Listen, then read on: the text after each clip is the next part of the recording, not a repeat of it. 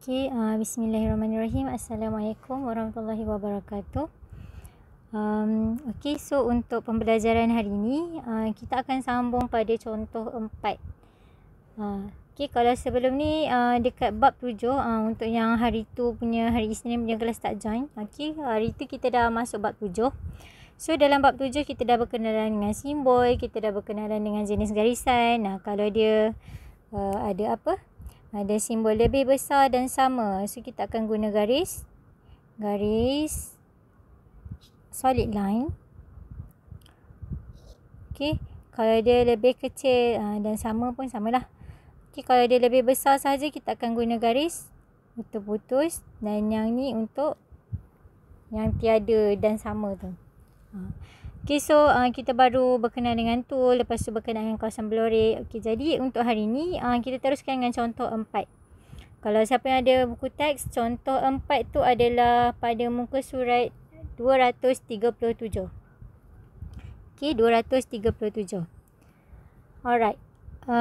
Contoh 4 ni dia dah masuk, dia bukannya soalan exam bukan terus macam ni, tapi ni dia dah masuk lebih kepada macam mana cara nak menyelesaikan atau nak mengguna pakai fungsi objektif.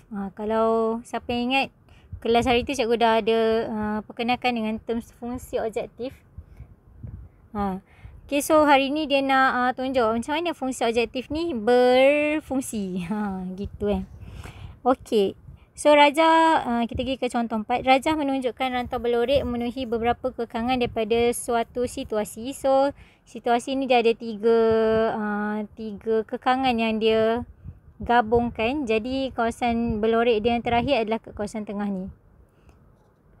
Macam mana nak dapat ni? Nanti kita akan pergi kepada yang full soalan penuh lah. Soalan A. Menggunakan satu nilai K yang sesuai, lukis garis K sama dengan X tambah 2 pada graf. Lukis garis yang selari dan melalui setiap bucu pada rantau tersebut. Seterusnya, cari nilai maksimum dan nilai minimum. Apa yang dia nak ni? So untuk soalan ni, dia akan kaitkan dengan nilai maksimum dan minimum. Apa maksud fungsi objektif? So kita ada satu formula fungsi objektif.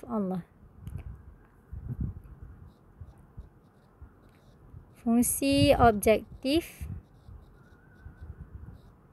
sama dengan ataupun dalam bentuk K sama dengan AX tambah BY. K ni adalah satu unknown. A dan B ni pula adalah satu nilai yang biasanya soalan akan bagi.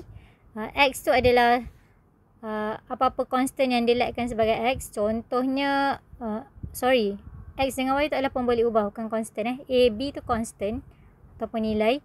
X dan Y tu maksudnya penggantian yang dah dibuat. Contoh hari tu kita pernah tengok X tu sebagai pulau Langkawi, Y tu sebagai pulau Pangkor. Contohlah.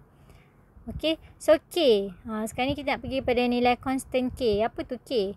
K ni adalah apa-apa nilai yang kita akan letkan dia untuk mencari garisan yang berkaitan. Tapi kalau nak senang fahamnya, kita boleh letkan K ni sebagai ni saya punya formula je lah tau. Dia tak ada dalam buku pun. K ni sebagai gandaan sepunya terkecil. Ni bab form 1. Siapa yang ingat lagi?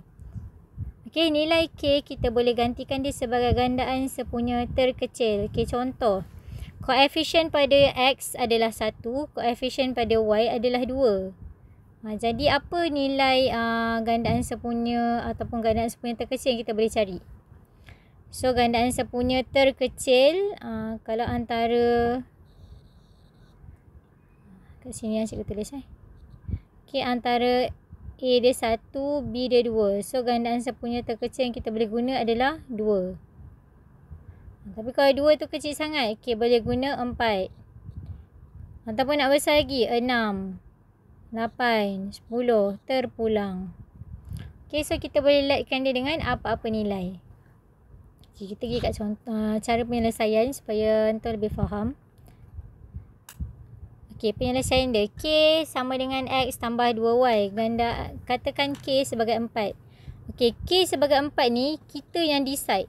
Tak semestinya jawapan dia K tu mesti 4. Macam cikgu cakap yang sebelum tadi, awak boleh letkan K tu sebagai 2, awak boleh letkan tu sebagai 4, 6, 8. Yang penting bermula dari gandaan sepunya dia, iaitu 2 kan. So gandaan seterusnya pun boleh diterima. So kalaulah K sama dengan 4, jadi bila nak buat garisan, kita akan buat jadual. Okey, pastikan kita dapat keluarkan jadual dia.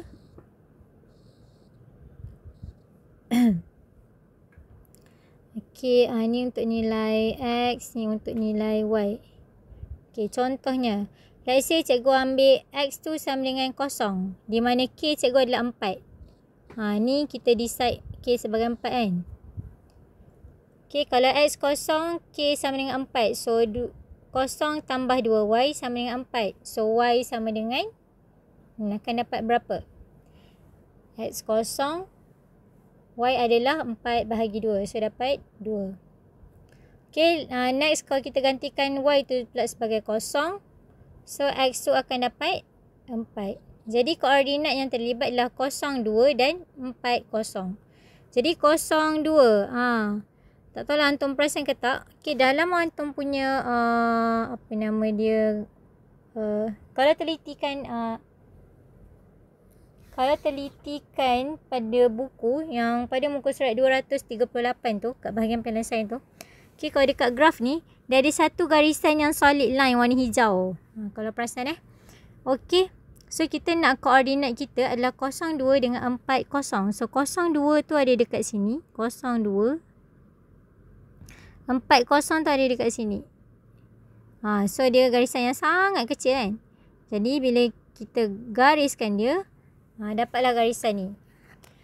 Okay, jadi apa yang kita buat adalah kita akan gerakkan, kalau antum ada pembaris, gerakkan pembaris antum tu secara selari ke atas. So kita akan gerakkan dia pada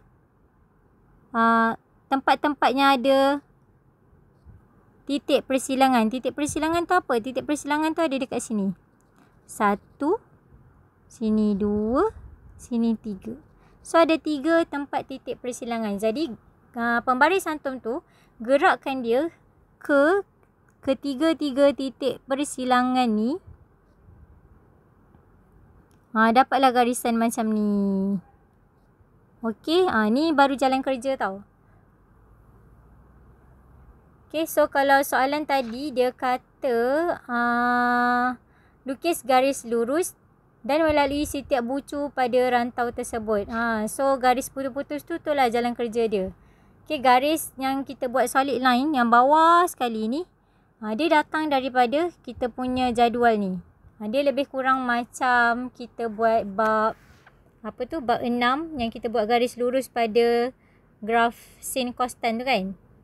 So samalah. Okey, jadi bila kita dah buat macam ni, daripada bawah ni gerakkan ke satu-satu point, dan point pertama yang kita jumpa adalah pusat minimum dia. Okey, cikgu ulang balik ayat ni. Garis pertama yang kita jumpa adalah pusat minimum dia. So, titik pertama yang kita jumpa adalah pusat minimum, titik minimum. So bila kita ada garis yang pertama ni, cikgu keluarkan point sikit. Okay, garisan yang pertama ni, jadi bila kita gerakkan pada titik persilangan seterusnya, so kita akan dapat garis ni kan, secara selari so secara selari akan dapat bentuk yang macam ni. Jadi yang ni adalah titik pertama dia jumpa dan dia panggil sebagai titik minimum.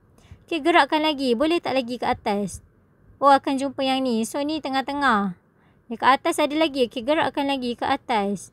So kita akan dapat titik yang terakhir. So kita decide bahawa yang pertama kita jumpa ni adalah sebagai titik minimum dia, dan yang terakhir kita jumpa ni adalah sebagai titik maksimum dia. Okey. So sebab tu dekat sini untuk kes ni dia kata gantikan titik maksimum.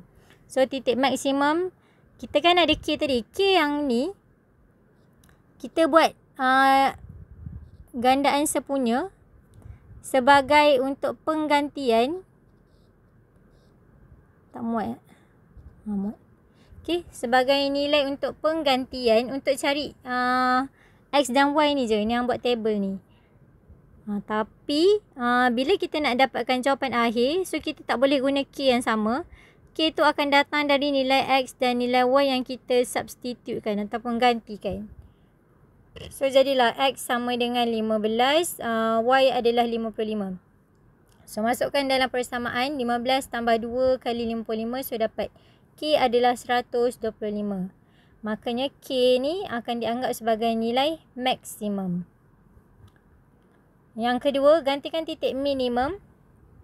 So jawapan yang sama, cara yang sama.